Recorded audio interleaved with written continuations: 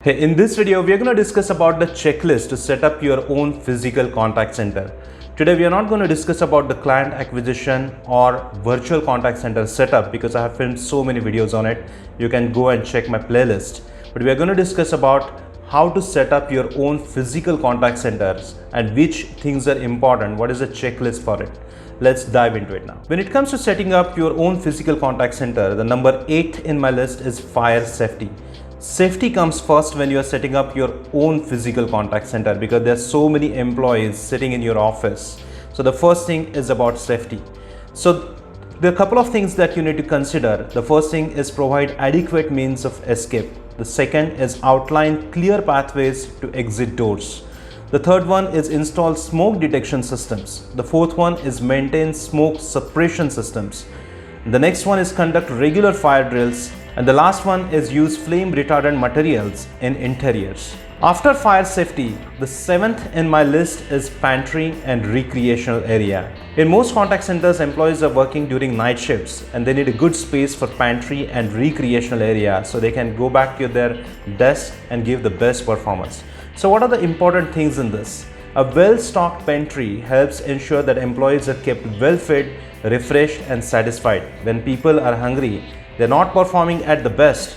But apart from pantry, you also need to make sure you have a recreational area like a gaming zone. There are multiple things where you can entertain your employees and they can be refreshed during their break hours. Now the next in my list is 6th number. It's computers and configurations, which is very important. This is a very common question asked by startup companies when they're setting up their contact centers is which computers or configurations they should consider. Now let's check the minimum system requirements for computers and call centers. The first one is about CPU. So it should be minimum Intel Core i5 or i7 configuration if you're discussing in 2022.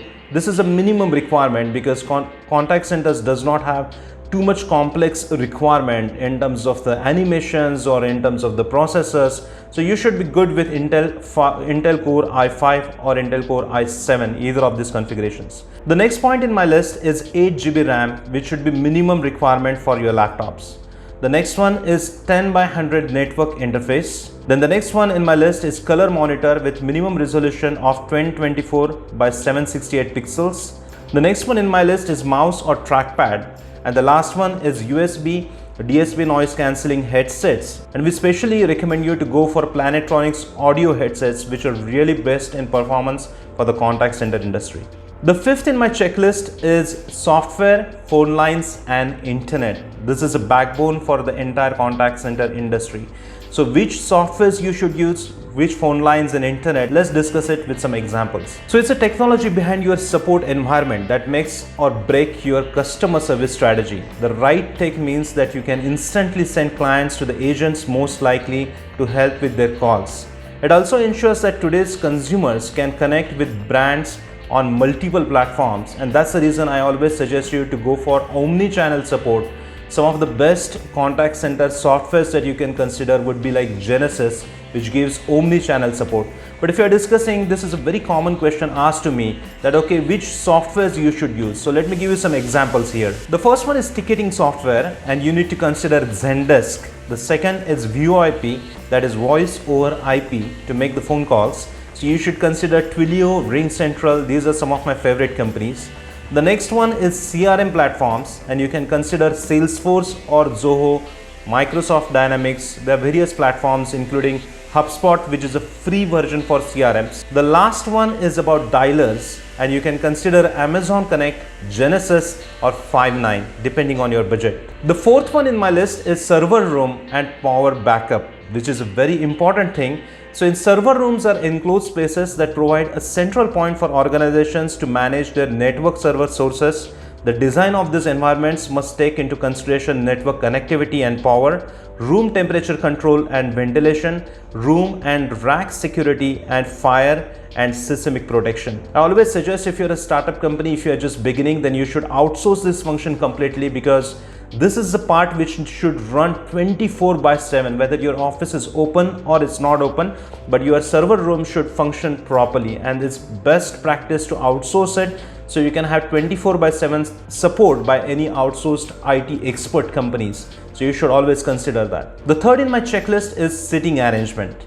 So there are various sitting arrangements when it comes to the contact center industry. The most useful call center layouts and workspace designs are the ones that aid productivity while conserving space.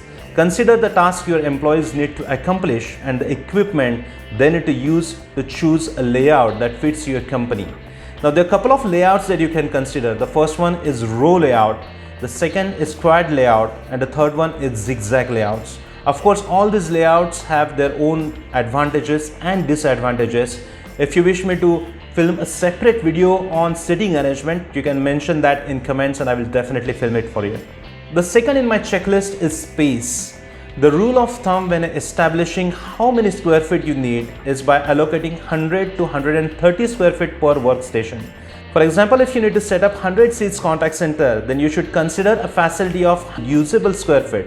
You must avoid noisy public places while selecting your office space. In case your office space, if you have selected in a very noisy environment, then make sure you make it soundproof, which is really important because your employees are going to be on customer support calls with your clients. Also, while selecting your office space, make sure you have ample of parking, which is really important in metropolitan city areas. Now, the most important number one in my checklist about setting up contact center is location. Business owners often question what contact center location is best for them.